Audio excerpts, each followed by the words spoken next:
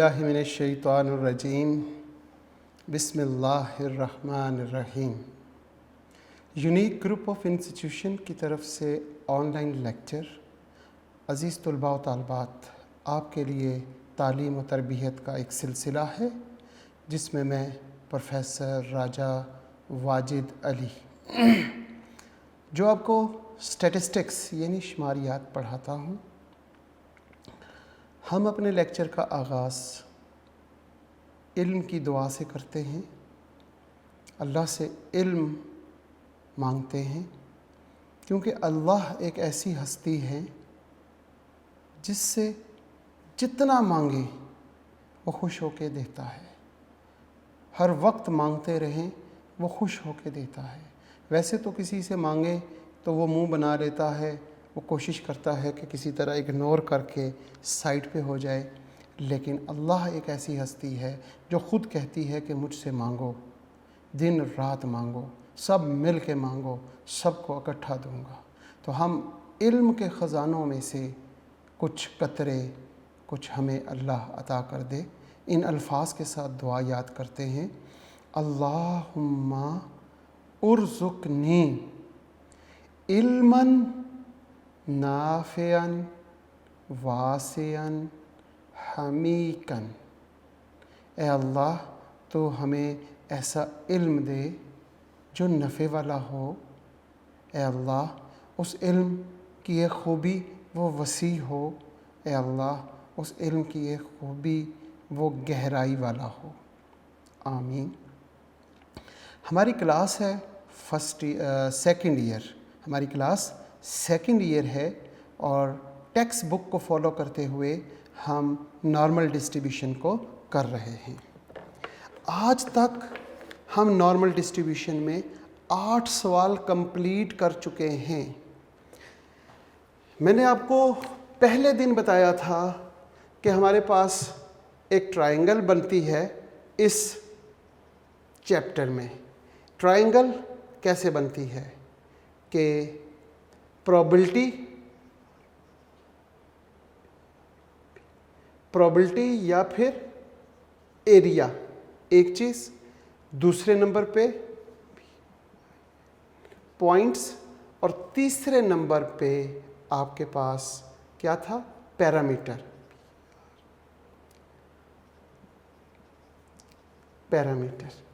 इन 3 points पर हमारा ये कंप्लीट चैप्टर चलता है। जो पहले 4 सवाल थे उसमें आपको पॉइंट गिवन था, उसमें आपको पैरामीटर भी गिवन था और प्रोबेबिलिटी या फिर एरिया मालूम करना था। ये थे question number 1 to question number 4। ये हम कंप्लीट कर चुके हैं। इसके साथ अब question number 5 to question number 8 वो कैसे थे। उनमें हमारे पास एरिया गिवन था, पैरामीटर गिवन था और पॉइंट मालूम करना था। ये हमारा दूसरा टॉपिक था जो क्वेश्चन नंबर 5 to 8 था। ये भी हम कर चुके। लास्ट लेक्चर में क्वेश्चन नंबर 8 का बी पार्ट कंप्लीट कर लिया, तो ये दोनों टॉपिक हमारे कंप्लीट हो गए। अब हमारा तीसरा टॉपिक यहाँ से शुरू होता है और वो टॉपिक ये था कि हमारे पास पॉइंट गिवन है, हमारे पास प्रोबेबिलिटी या एरिया गिवन है और हमने पैरामीटर मालूम करना है, म्यू या सिग्मा। इन दोनों में से कोई एक चीज़ मालूम करनी है या दोनों की दोनों चीज़ें मालूम करनी है, दोनों पैरामीटर्स। अगर हमारे पास क्वेश्चन में एक कंडीशन दी हुई है तो बस फिर एक चीज़ मालूम करेंगे। शायद वो म्यू पूछ ले सिग्मा देकर, और सिग्मा नहीं दिया हुआ, म्यू दिया हुआ है तो फिर सिग्मा पूछ लेगा। दोनों में से कोई एक वैल्यू मालूम करेंगे अगर एक कंडीशन क्वेश्चन में है। अगर कंडीशंस 2 हैं तो फिर म्यू और सिग्मा दोनों मालूम करने हैं हमने। ठीक है जी। आज के लेक्चर का हम आगाज़ कर चुके हैं अल्लाह के बाबरकत नाम से। सवाल नंबर 9, क्वेश्चन नंबर 9 है और उसका है ए part,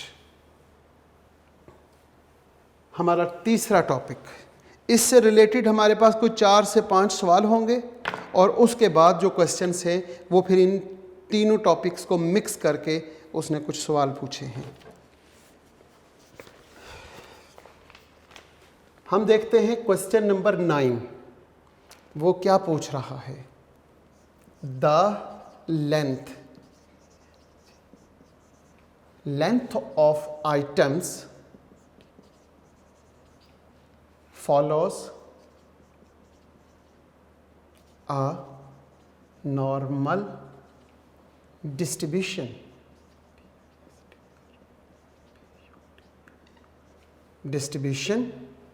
with mean mu centimeter and standard deviation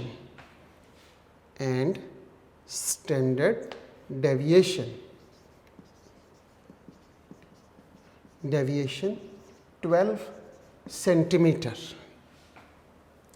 इसका मतलब क्वेश्चन में मीन की वैल्यू नहीं दी हुई, मीन की जगह पे उसने म्यू लिख दिया और स्टैंडर्ड डेविएशन उसने 12 दे दी।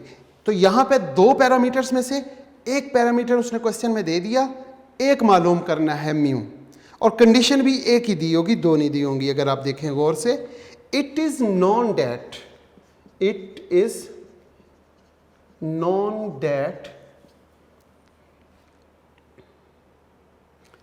4.78% of the items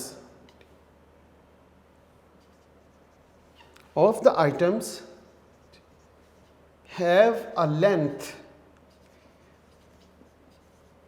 length greater than 92 centimetre. सवाल पूछ लिया, find the value of mean mu.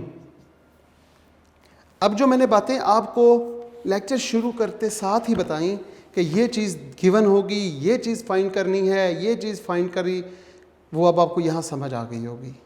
सवाल में आपको 2 पैरामीटर्स होते हैं, एक म्यू और एक सिग्मा। इन दोनों में से उसने एक चीज़ दी, यानी म्यू नहीं दिया, साथ उसने एक कंडीशन दे दी।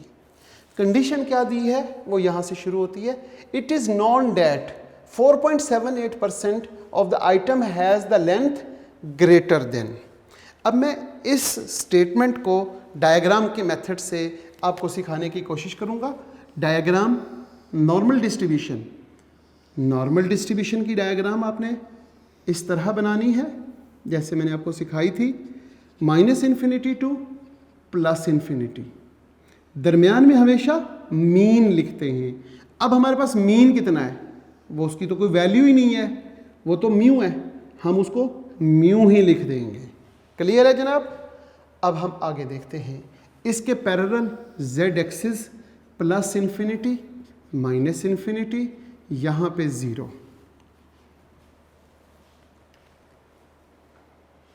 बात है ग्रेटर देन। जब लफ्ज़ ग्रेटर देन आएगा तो पॉजिटिव इन्फिनिटी से शुरू करके इस तरफ आएंगे, अगर लेस देन हो तो -∞ से शुरू करके आगे की तरफ जाते हैं। ये रूल है। अब हम देखते हैं लफ्ज़ ग्रेटर देन है। ग्रेटर देन की वजह से हम शुरू कहाँ से करेंगे, +∞ से। +∞ से शुरू करेंगे। कितने परसेंट, वो ये दिया हुआ है।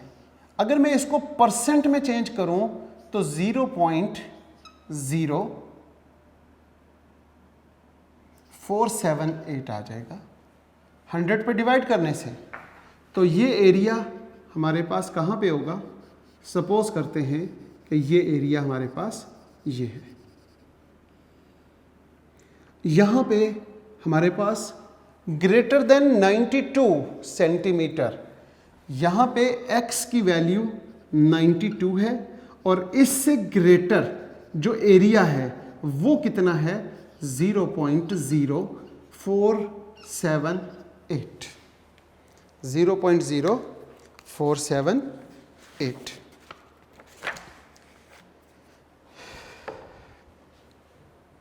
ये डायग्राम सब बच्चों को समझ आ गई। तो आगे इस स्टेटमेंट को प्रोबेबिलिटी की फॉर्म में कैसे लिखेंगे? इस स्टेटमेंट को प्रोबेबिलिटी की फॉर्म में लिखने का तरीका ये है कि हम लिखेंगे probability x is greater than 92 is equal to 0.0478। अगर डायग्राम के मेथड से समझ आ जाए तो ये आसानी से समझ आ जाएगी। अब यहाँ पे हम देखते हैं कि x, इसको स्टैंडर्डाइज्ड बनाएंगे। स्टैंडर्डाइज्ड कैसे बनेगा? Probability of x minus mu over sigma greater than 92 minus mu, mu की तो वैल्यू ही कोई नहीं है, म्यू लिखेंगे ओवर सिग्मा। सिग्मा की वैल्यू क्या थी? क्योंकि हमारे पास क्वेश्चन में mu is equal to mu के बराबर है और sigma is equal to 12 centimetre. ये दो पैरामीटर्स थे जिनमें से म्यू की कीमत मालूम नहीं है। म्यू की जगह पे हमने इस तरफ भी म्यू लिखेंगे और इस तरफ तो वैसे ही म्यू लिखते हैं। इस तरफ स्टैंडर्ड डेविएशन सिग्मा की वैल्यू लिख देंगे 12 और इज इक्वल टू 0.0478। अब हम गौर करें तो ये तो हमारे पास स्टैंडर्ड वेरिएबल बन गया, यानी कि z is greater than 92 minus mu over 12 is equal to 0.0478। जब भी प्रोबेबिलिटी में स्टैंडर्ड वेरिएबल होता है तो हम क्या करते हैं? हम थ्योरम को फॉलो करते हैं। अगर हम यहाँ पे थ्योरम को गौर करें तो थ्योरम प्रोबेबिलिटी z इज, ये क्या है? Greater than a। जब ग्रेटर देन a होता है तो 1 माइनस फाई ऑफ a। लिहाजा हम यहाँ पर क्या करेंगे कि हम लिखेंगे 1 minus phi of a। a मेरे पास ये पूरी रकम 92 minus mu over 12 is equal to 0.0478। अब ये 0.0478 जब इक्वेशन के इस तरफ आएगा तो माइनस हो जाएगा और ये वाली वैल्यू उस तरफ लेके जाएंगे तो यहाँ पे माइनस है तो उधर जाके प्लस हो जाएगी। हम कहेंगे 1.0.0478 is equal to 5 into 92 minus mu over 12। अब 1 में से इसको माइनस करें 0.952 आएगा। लिखने का तरीका क्या होगा? हम यहाँ पे लिखेंगे phi of 92 minus mu over 12 is equal to 0.952। 1 minus 0.0478, 1 में से जब आपने माइनस किया 0.0478 तो वो आपके पास 0.952 आ गया। इससे आगे क्या करेंगे हम? ये फाई दूसरी तरफ जाके इन्वर्स हो जाएगा। हम यहाँ पे लिखेंगे 92 minus mu over 12 is equal to phi inverse और यहाँ पे 0.95 और 2। यहाँ पे तो यही लिखेंगे 92 minus mu over 12 is equal to, जब भी फाई इन्वर्स आता है तो फिर हम क्या करते हैं? किसी बच्चे को याद है? हम बुक के एंड पे एक टेबल है जो टेबल नंबर 10 उसकी हेडिंग है और पेज नंबर 295 टेक्स्ट बुक पे मौजूद है, जिसमें फाई इन्वर्स इंटू पी लिखा हुआ है। अब पी मेरे पास क्या है? 0.952 प्रोबेबिलिटी। अब इस टेबल में पेज नंबर 295 पे, इस टेबल पे ये पहले कॉलम में पी लिखा हुआ है। पी में यहाँ पे चेक करेंगे 0.95, पहले पेज पे 0.34 तक जाता है। अब हम नेक्स्ट पेज पे चले जाते हैं। 0.35 से शुरू करते हैं, 0.95, यहाँ पे भी नहीं है, यहाँ पे तो 0.74 तक है। फिर हम लास्ट पेज पे जाते हैं, यहाँ पे p की वैल्यूज़ को देखते जाएं तो यहाँ पे आपको 0.95 मिल जाएगा। ये देखें, लास्ट ब्लॉक के पहली रो में 0.95 मिला और 0.95 के बाद क्या लिखा हुआ है, 2। तो हम इसको आगे 2 कॉलम्स चलेंगे, हमारा वैसे तीसरा होगा क्योंकि ये 0 से शुरू होता है। 0.95 को 0 में देखा, फिर 1 में देखा और फिर 2 में। अब यहाँ पे जो वैल्यू है बच्चों को पता चल चुकी होगी, क्या वैल्यू है, क्या वैल्यू है जनाब, 1.6646। अब ये वैल्यू हमने टेबल से देखी है, किसके अगेंस्ट, 0.952 के अगेंस्ट। 1.66 यहाँ पे 1.6646, ये हमने टेबल नंबर 10 से पेज नंबर 295 में मौजूद है। इससे आगे क्या होगा, पहली बात तो ये है कि ये 12 उससे जाके मल्टीप्लाई हो जाएगा। हम यहाँ पे लिखते हैं 92 minus mu is equal to 12 multiply by 1.6646। 92 is equal to, ये म्यू दूसरी तरफ गया तो प्लस हो गया और ये वैल्यू यहीं पे रहने देते हैं, चलो प्लस। 12 को जब आपने मल्टीप्लाई किया किसके साथ, 1.6646 के साथ, तो जवाब आया 19.975। 19.975। अब ये 19.975 जो है ये यहाँ प्लस हो रहा है, इस तरफ आके माइनस हो जाएगा। 92 minus 19.975 is equal to mu, लिहाजा म्यू इज इक्वल टू क्या आया, जब आप इसको माइनस करते हैं तो 72.02, 72.02, it is approximate equal to 72। ये आपके पास आंसर, मीन की वैल्यू आ गई। अगर आप देखें कि इस क्वेश्चन में तकरीबन जितने भी आपके जहन में पैदा होने वाले क्वेश्चंस हैं, उन सब का हल मैंने यहाँ पे बताया है, सॉल्यूशन बताया है। उम्मीद करता हूँ कि सब बच्चों को ये क्लियर हो चुका होगा। आगे चलते हैं। अब हमारा क्वेश्चन आ जाता है क्वेश्चन नंबर 9 का ही बी पार्ट। 9 के बी पार्ट को गौर से मेरे बच्चे पढ़ें, देखें कि उसमें क्या पूछा हुआ है, क्या सॉल्व करना है इतनी देर में। फिर मैं आपको यहाँ पे लिख के समझाऊंगा कि इसमें हमने क्या सॉल्व करना है, क्या फाइंड करना है और कैसे पूछा हुआ है और उसमें डेटा गिवन क्या है। जल्दी से आप पढ़ें, हो सकता है अल्लाह ताला आप इस काबिल हो चुके हों कि इसे खुद सॉल्व कर लें मेरे सॉल्व करने से पहले। लो जी, इसमें भी बात तो लेंथ की हो रही है जैसे ए पार्ट में थी। क्वेश्चन है जी 9, उसका है बी पार्ट। सवाल है the length of rods produce in a workshop follows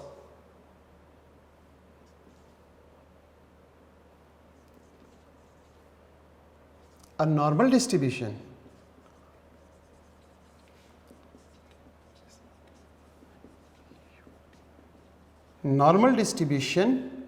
with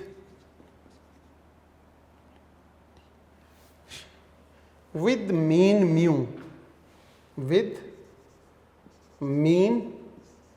mu, यानी कि इसमें भी म्यू गिवन नहीं है, एंड वेरिएंस, लेकिन वेरिएंस इज 4, वेरिएंस 4 है। आगे चलते हुए देखेंगे if 10%, if 10% of the rods are less than 17.4 centimeter long, find the probability of rods. अब सवाल में पूछा हुआ है find the probability of rods chosen at random,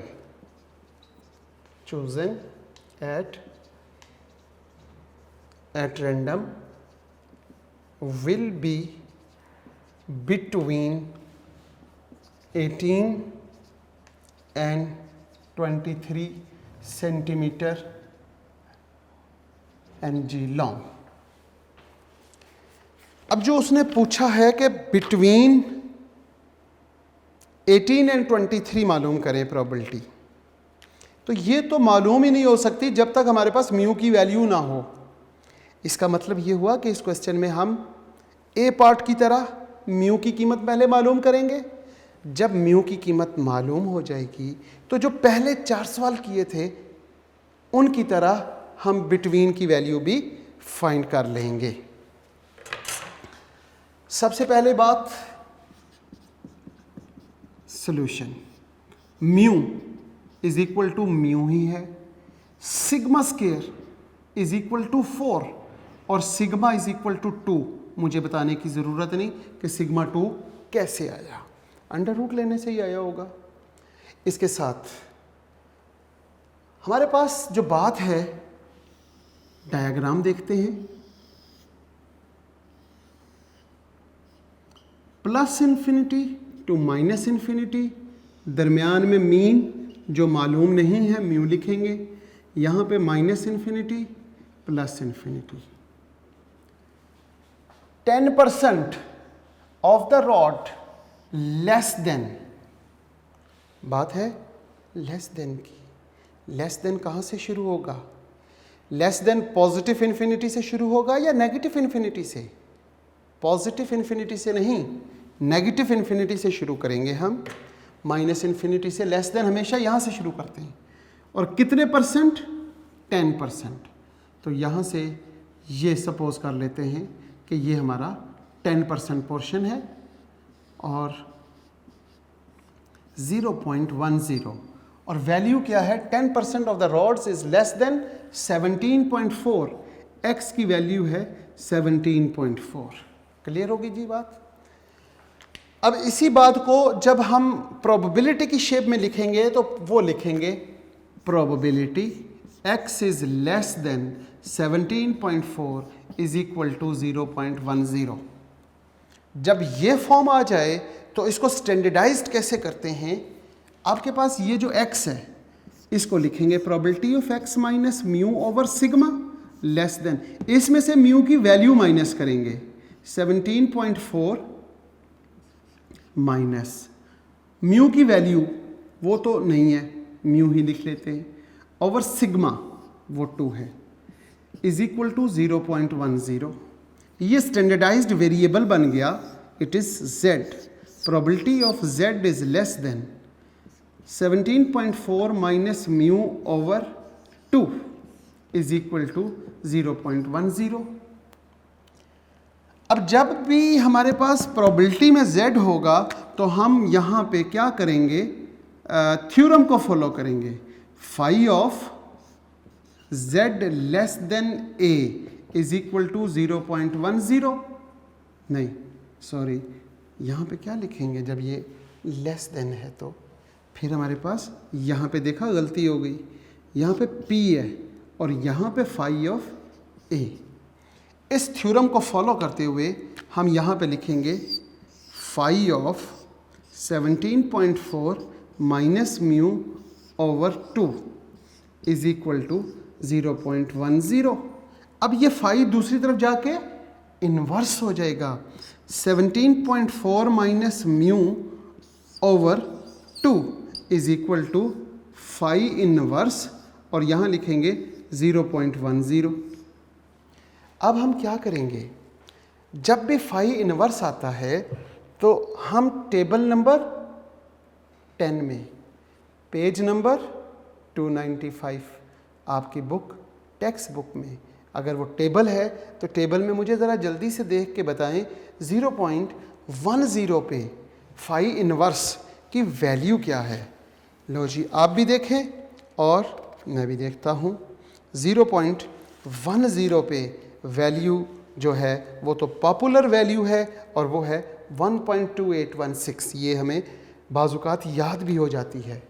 हम यहाँ पर लिखेंगे 17.4 minus mu over 2 is equal to minus 1.2816।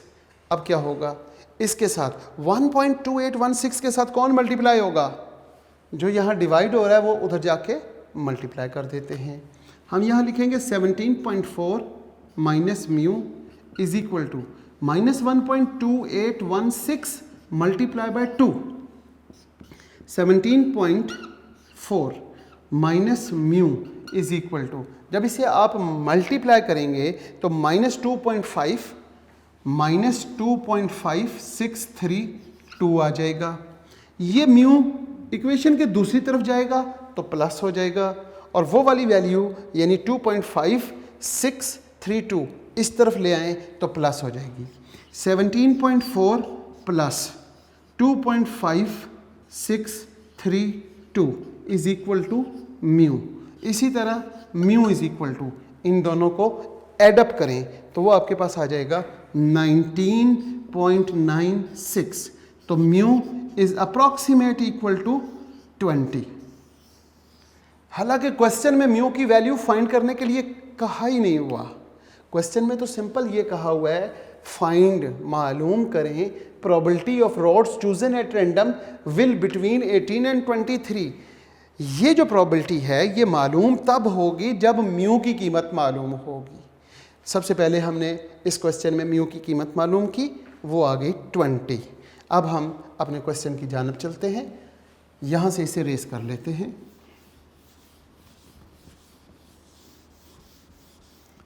और यहाँ पे म्यू की कीमत भी लिख देंगे। म्यू की कीमत हमारे पास कितनी आई है, अब म्यू की कीमत 20 है, सिग्मा की कीमत, और मालूम क्या करना है, प्रोबेबिलिटी कहाँ से कहाँ तक, 18 to 23 तक, x is less then, between and question mark. ये हमने फाइंड करनी है जनाब।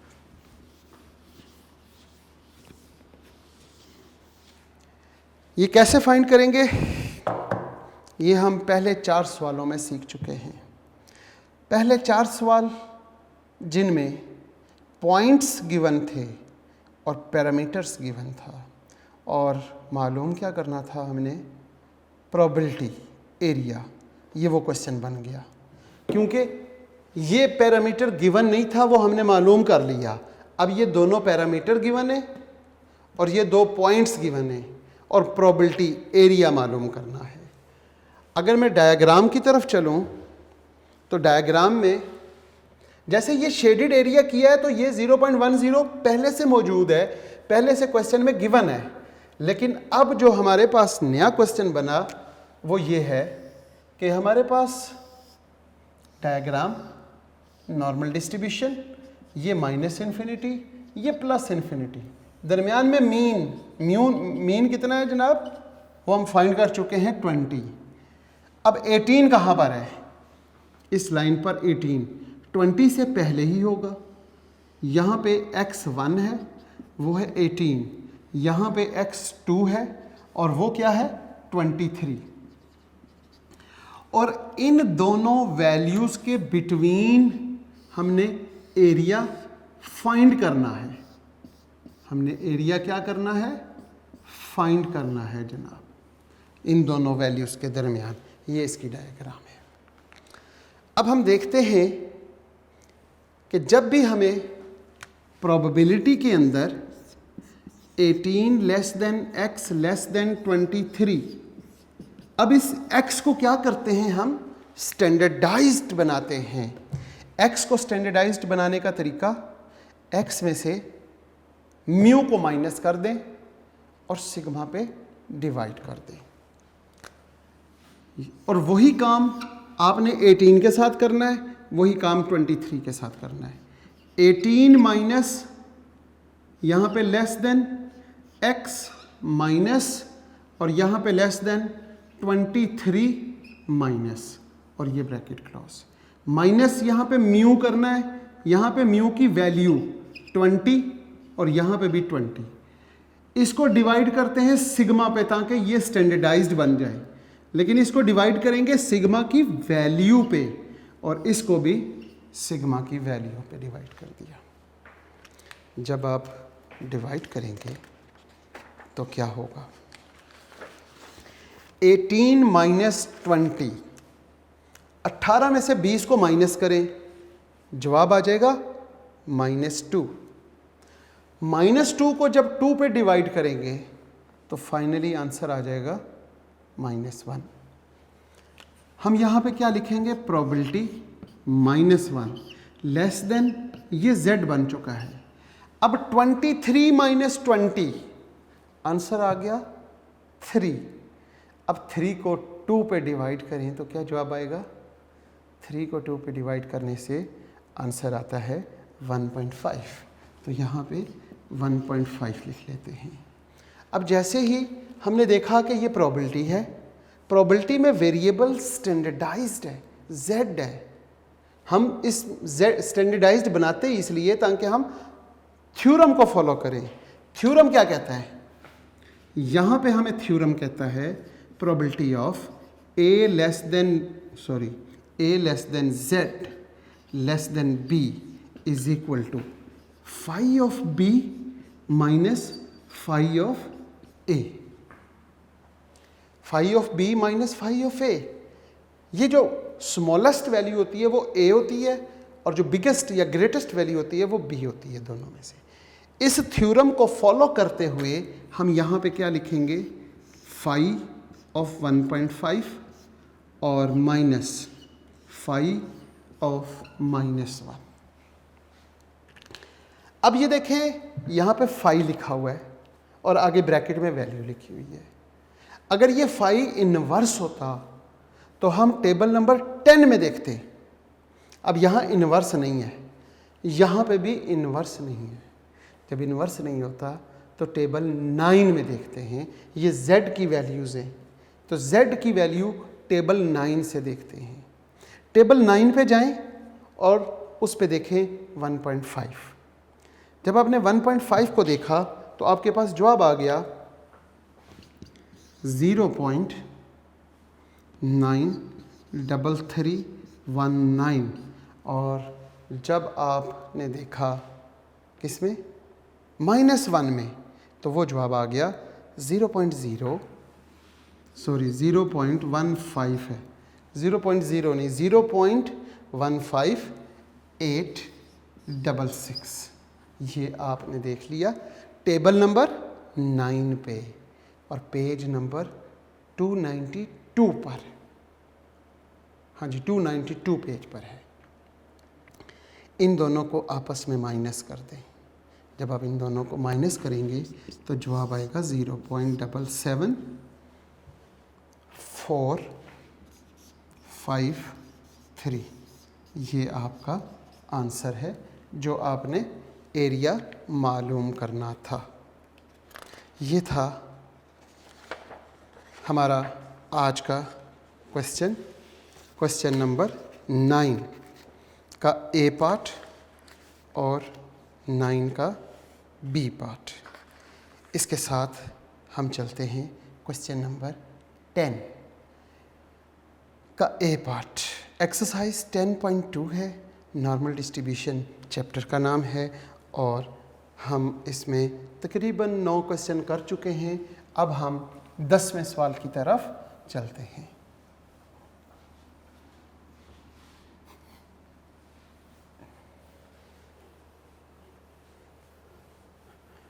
ये भी बहुत आसान सवाल है, इसका जो 10वां सवाल है। बस मसला तो सिर्फ थोड़ा सा ये है कि समझ आ जाए। क्वेश्चन नंबर 10, का ए पार्ट कहता है, क्वेश्चन नंबर 10 और ए पार्ट, इसमें हमारे पास लिखा हुआ है जी टी, जिसे चाय कहते हैं, इज सोल्ड, सेल की गई है इन पैकेजेस, पैकेज मार्क्ड, उन पर 750 ग्राम्स लिखा हुआ है। The masses of the packages are normally distributed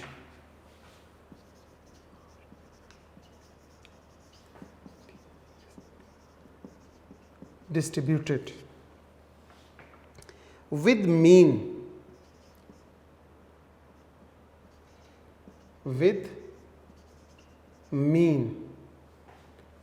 ji, mean कितना है? 760 ग्राम। इसका मीन ये है, with mean and standard deviation,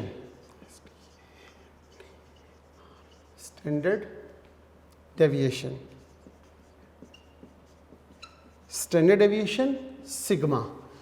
आपने यहाँ तक सवाल में देख लिया है कि अब दो पैरामीटर्स होते थे, म्यू और सिग्मा। इससे पिछले क्वेश्चन में म्यू गिवन नहीं था, सिग्मा गिवन था। इस क्वेश्चन में म्यू गिवन है, सिग्मा मालूम नहीं है। तो अब हम सिग्मा की वैल्यू मालूम करेंगे। एक कंडीशन दी हुई है, उसे भी पढ़ लेते हैं। What is the maximum value of sigma if less than 1%, if less than 1% of the packages are underweight,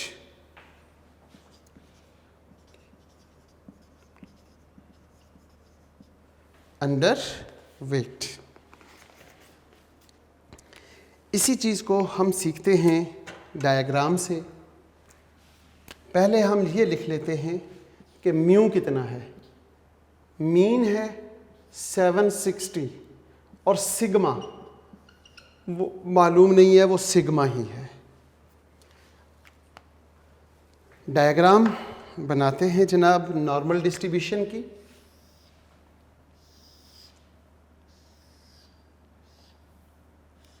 minus infinity plus infinity और यहाँ पे mean 760, Z axis 0, minus infinity plus infinity. Normal distribution की ये जो diagram है बहुत से बच्चों से बन नहीं रही होगी और कुछ बच्चों से बन भी रही होगी, और जिन बच्चों से नहीं बन रही उन बच्चों से सिर्फ़ और सिर्फ एक बात कि दिल से बनाएंगे तो बन जाएगी। ठीक है, सवाल है जी लेस देन। अब लेस देन है तो कहाँ से शुरू करेंगे?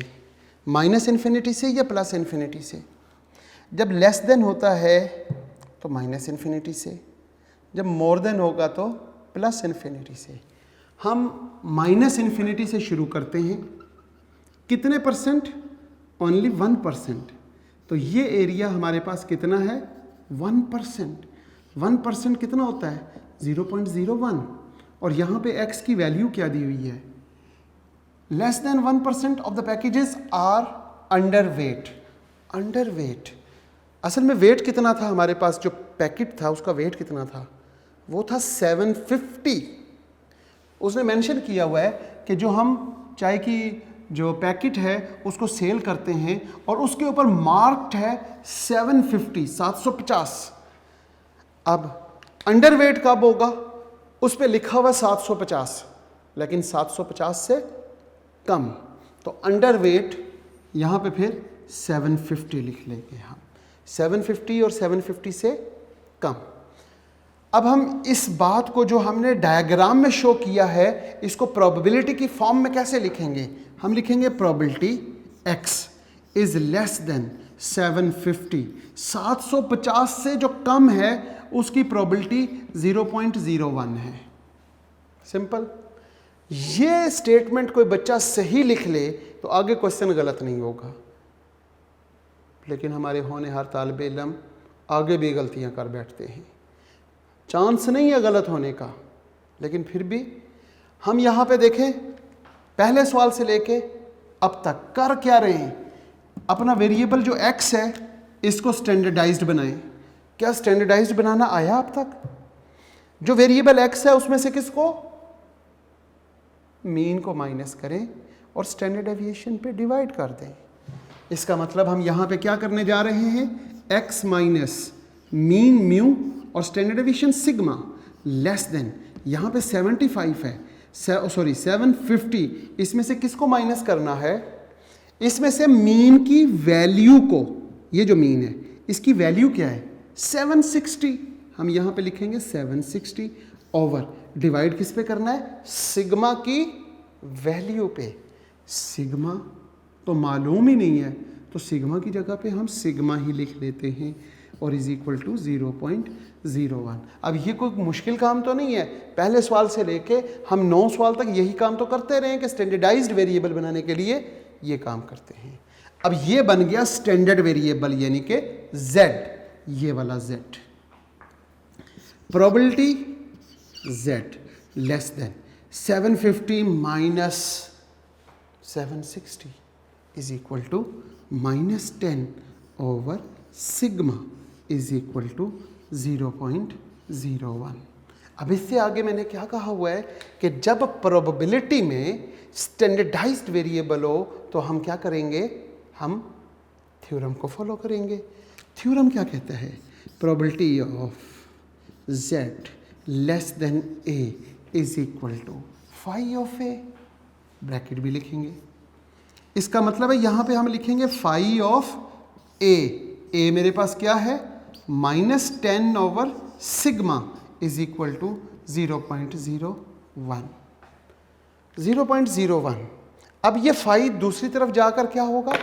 इन्वर्स होगा। अब हम फाई को इन्वर्स कर देते हैं, यहाँ पे लिखते हैं -10 over sigma is equal to phi inverse और 0.01। अब यहाँ पे फाई इन्वर्स है, इन्वर्स को हम क्या करेंगे? टेबल 9 में या 10 में? टेबल नंबर 10 में देखेंगे, क्योंकि इन्वर्स वाली वैल्यू 10 में देखते हैं और इन्वर्स के बगैर सिर्फ सिंपल फाई वाली वैल्यू को हम टेबल 9 में देखेंगे। टेबल 9 आपकी बुक में पेज नंबर 292 पर मौजूद है और इसी तरह टेबल 10 जो इन्वर्स वाला है वो 295 पेज पर मौजूद है। अब 295 पेज खोलें ज़रा आप सारे बच्चे और 0.01 की वैल्यू लिखें और लिखने के बाद आगे सॉल्व करें तो देखें म्यू की कीमत आती है या नहीं आती। 0.01 को जब आपने टेबल में देखा तो -2.3 -2.3263 मेरा ख्याल है, गौर करें, देखें टेबल नंबर 10 पेज नंबर 295, क्या यह वैल्यू आपको मिली? -2.3263। इस तरफ लिखा हुआ है -10 ओवर सिग्मा। जब ये वैल्यू आपको मिल गई, ये माइनस इस माइनस से कट जाएगा। नेक्स्ट स्टेप क्या होगा? ये सिग्मा उसके साथ मल्टीप्लाई हो जाएगा। यहाँ पे लिखेंगे, अब माइनस तो कट गया, अब तो सिर्फ 10 और 2.3263 सिग्मा। ये जो वैल्यू है सिग्मा से मल्टीप्लाई हो रही है, दूसरी तरफ आके डिवाइड हो जाएगी। 10 over 2.3263 is equal to sigma, और सिग्मा की वैल्यू जब आप कैलकुलेटर से इसको डिवाइड करेंगे तो आपके पास सिग्मा की वैल्यू आ जाएगी, और वो सिग्मा की वैल्यू 4.299 यानी कि 4.3। ये आपके पास सिग्मा का आंसर आ गया है। आज हमने क्वेश्चन नंबर 10 के ए पार्ट तक, क्वेश्चन नंबर 10 के ए पार्ट तक हमने कंप्लीट कर लिया है। इसका बी पार्ट करें, क्वेश्चन नंबर 11 का ए और बी पार्ट और क्वेश्चन नंबर 12 का ए और बी पार्ट।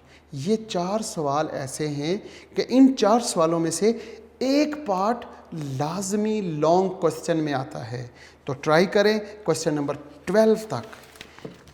इस उम्मीद पर आज का लेक्चर हम यहाँ पे इख्तिताम करते हैं कि इंशाअल्लाह नेक्स्ट लेक्चर में मुलाकात होगी। इस दुआ के साथ कि अज़ीज़ तुलबा व तालबात सदा खुश रहें, सलामत रहें, वालदैन का साया आप पर तक क़यामत कायम रहे।